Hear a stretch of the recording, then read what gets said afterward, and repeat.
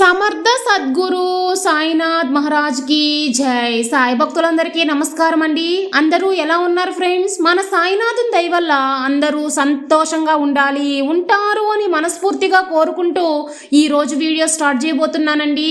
ఇక ఈ రోజు వీడియోలో మనం చూడబోయేది ఏంటంటే, తల్లి నువ్వు కష్టపడింది చాలు, నీ తలరాత మార్చే సమయం వచ్చేసిందమ్మా అని చెప్పి బాబాగారు మన కోసం ఒక మంచి సందేశాన్ని అయితే అందించబోతున్నారండి.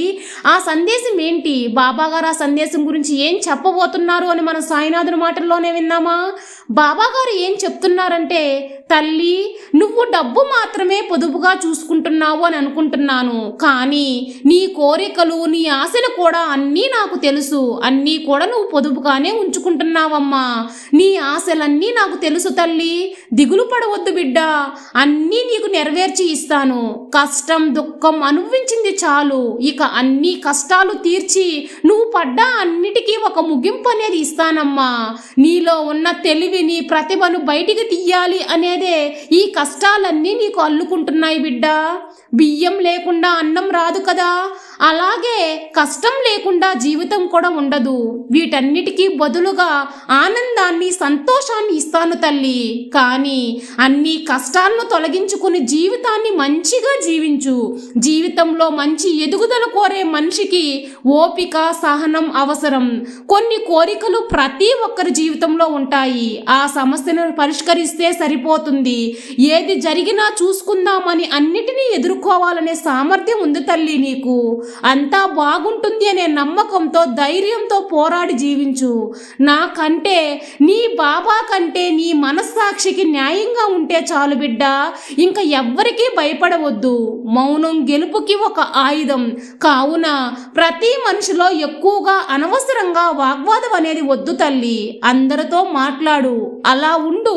కొన్ని సమయాలలో మౌనంగా ఉండు.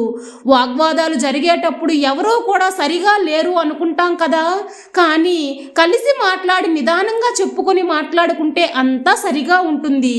ఎలాంటి సమస్య అయినా సరే కలిసి మాట్లాడి సరిచేసుకో బిడ్డ. వాదింపులు ఎప్పుడూ సమస్యకు పరిష్కారం ఇవ్వవమ్మా. సమస్య మరింత పెరుగుతుందే కానీ తగ్గదు.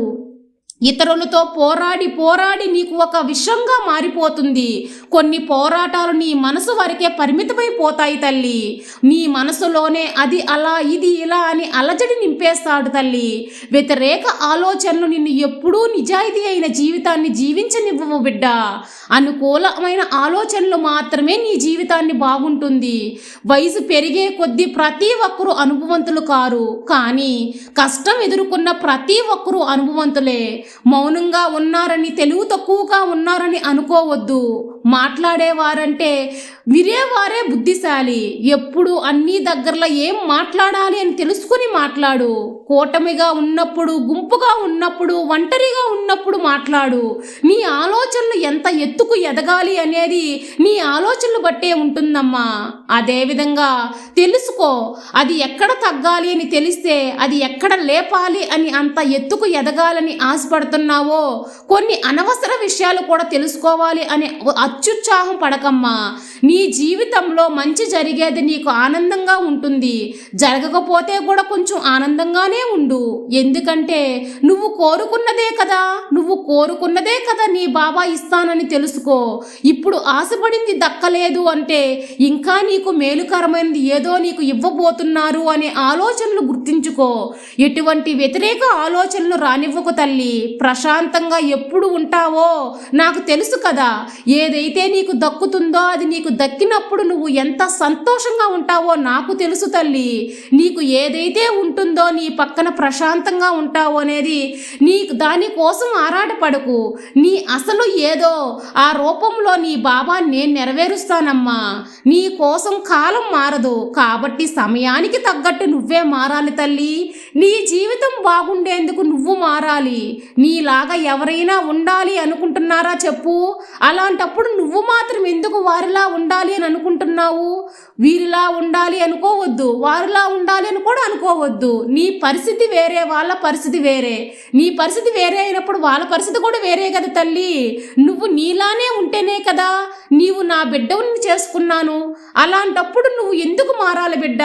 కాలానికి తగ్గట్టు మారు. ఇతరులకు వరకు నువ్వు మారనవసరం లేదు. నీ సాయి తండ్రి నీతో ఉండగా నీకు భయమెందుకు తల్లి? నమ్మకంతో ఉన్నమ్మా, అంతా మంచిగా జరుగుతుంది తల్లి. నీ బాబా ఎల్లవేళలా నీకు తోడుండగా నీకు దిగులు పడనే అవసరం లేదమ్మా.